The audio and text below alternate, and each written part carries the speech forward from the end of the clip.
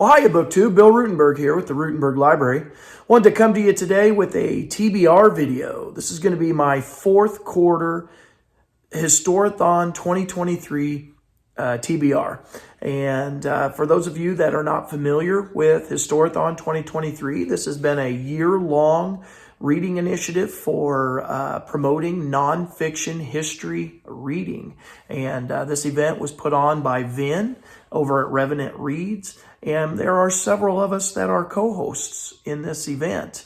Now, I do have to say I have not been as active as I had originally intended to be. I wanted to post several videos with Historathon 2023, and that was just not in the cards this year like I thought it might be.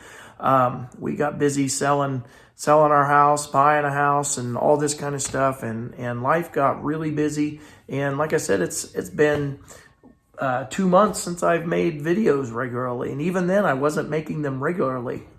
It was kind of spotty all summer. But anyway, Historathon 2023 reading initiative for history nonfiction, and we split the year up into 4 quarters. And the first 3 months of the year, January through March, we did prehistory all the way to 500 AD. And then second quarter was 500 AD to 1500 AD. Third quarter was 1500 to 1820. And then this fourth quarter, from October to December, is 1820 to the present. And so this is probably the easiest quarter to do because there's, just a massive amount of work out there on who knows how many topics. But I wanted to showcase some of these books that I might be dipping into, might try to. I'm not going to guarantee I'll get to all of them because it's quite a bit to get to. But I wanted to make it available and an option and make these books, bring them to your attention. So the first book in the stack, and I have started this book. I am enjoying this book. I had read John Meacham's biography. I did a buddy read with a couple of fellow booktubers on John Meacham's biography over Thomas Jefferson, The Art of Power, I believe is what it was called. So I picked this one up because I actually found this at Dollar General for dirt cheap, and it was pretty much brand new book. The jacket was in a little bit rough shape, but overall decent shape and very worth the just couple bucks that I paid for it. But this is Destiny and Power, The American Odyssey of George Herbert Walker Bush, and I've learned quite a bit in this book.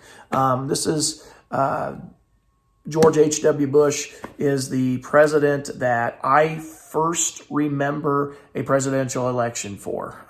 He would have been elected when I was, 8 years old is when he came into office. And I remember in first grade, was I in first grade? Yeah, I would have been, I was somewhere around there anyway. Maybe it was a little bit further down the line. Anyway, I was young, but this is the first presidential election. We did a mock election at school and everything, and I remember all of that. And I really enjoyed, going through that as a kid. And so I wanted to read this book. I've heard really good things about it, and rightly so. I'm about a third of the way through it, and really, really enjoying it. And I can't wait till I get a couple of other books finished, and I'll be able to kind of dive back into this and get going. Reads really fast. It's very interesting. Good stuff. So that's one. Another one that I wanted to pick up is, of course, I got to have some Civil War going in this. And so I'm going to read Shelby Foote's Stars in Their Courses, The Gettysburg Campaign. Now, I believe, if I'm not mistaken, this is actually a small selection from his bigger works, from his Civil War trilogy that he wrote. And I have read the very first book in that trilogy, have not read this particular section because I think it goes in the second book. But looking forward to this. Pretty slim volume, shouldn't take very long. And of course, Shelby Foote, many of you, he's near and dear to your heart. So most of you will recognize that name. The next one that I selected is from the Russian Revolution. Now, this is a book that was on my very first TBR video that I ever put together for BookTube. It was on my 2020 year-long TBR list. And this is The Russian Revolution, 1917 to 1932 by Sheila Fitzpatrick. It's a very slim volume, but I had put that on there. I'm getting ready to cover this soon in my 7th grade classroom. We'll be talking about the Russian Revolution and its impact on in particular, we're looking at European history, but obviously it had a major impact on all of world history. So I'm looking forward to reading that. Like I said, that'll be another book that I can get knocked off of my list of TBR books that I never actually got to. I make these lists and then sometimes I don't ever get to the books. And so it was one of my goals to start eliminating the TBR Elimination Challenge, I think is what I called that. So that'll go along with that. This next book is Mr. Lincoln's T-Mails, How Abraham Lincoln Used the Telegraph to Win the Civil War. Another thin volume, but it was one that I picked up, and my wife's always kind of harping on me a little bit. Do you need another Lincoln book? Because I've got a couple bookshelves full of them. And which, by the way, now that we've got the new house, I do have my downstairs library has a section dedicated just to Abraham Lincoln. And when we get everything, the final, moving around of the books, when I get everything on the shelf, I will do some bookshelf tours, and I'm going to showcase my Lincoln books. But anyway, this is one that I was looking forward to. I found this at the Jesse James Outlet Mall, and when my wife asked me that question, I was like, well, yeah, I have to have it. I don't have it. A.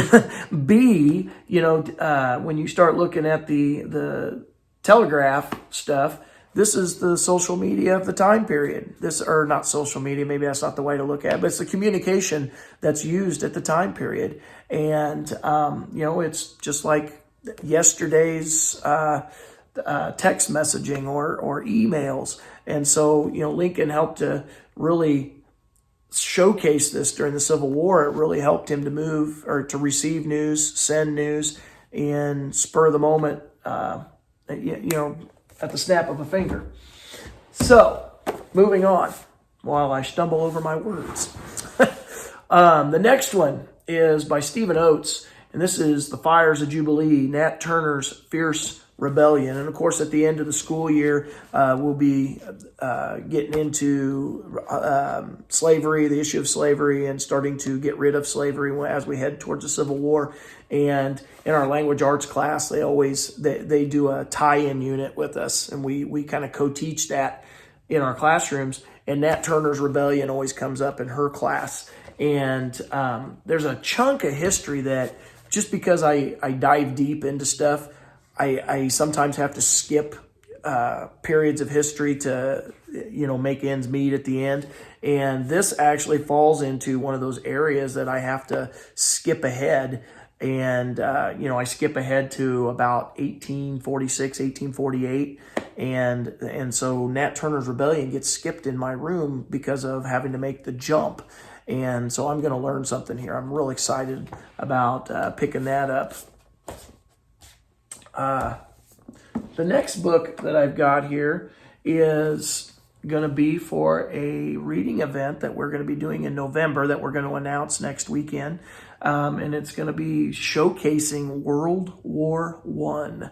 Very excited about this. I had gotten some messages that I was asked to help co-host the event for the month.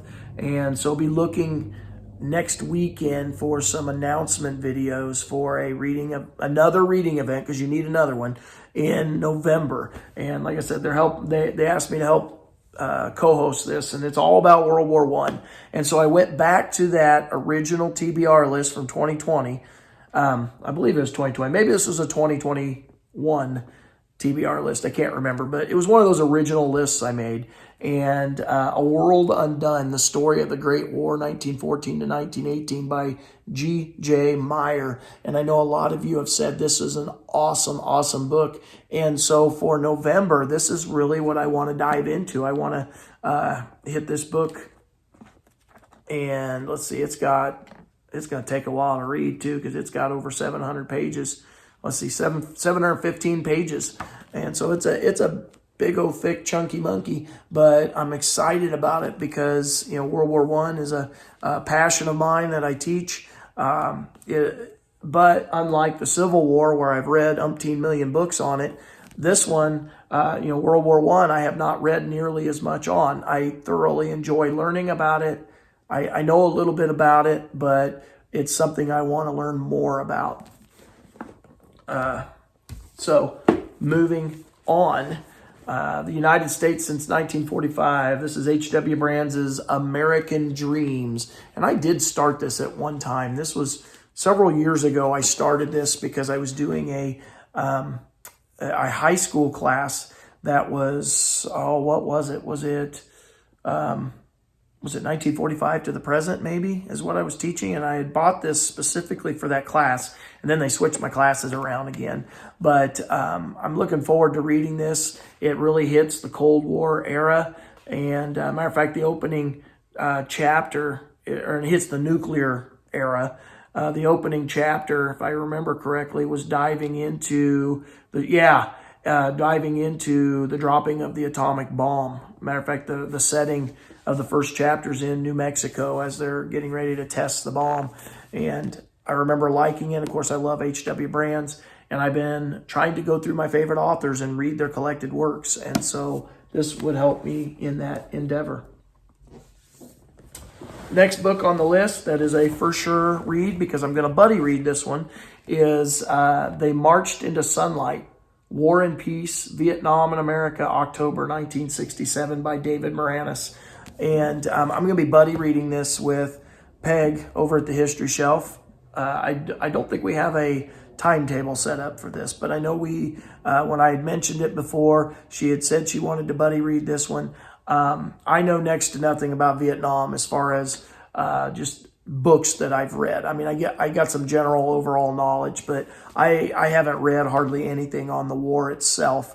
My biggest thing on the war itself would probably be, let's see, I read the Oxford. No, that didn't even get covered in that Oxford history. That was not in that volume. I read, Stephen Ambrose's trilogy that he wrote on Richard Nixon. And so I got quite a bit of Vietnam stuff in that, but it wasn't a deep dive into the war itself. It was more of a political side. And so I'm going to be learning some stuff in this. I'm super excited about this. It's a big book, but it's not as big as it looks.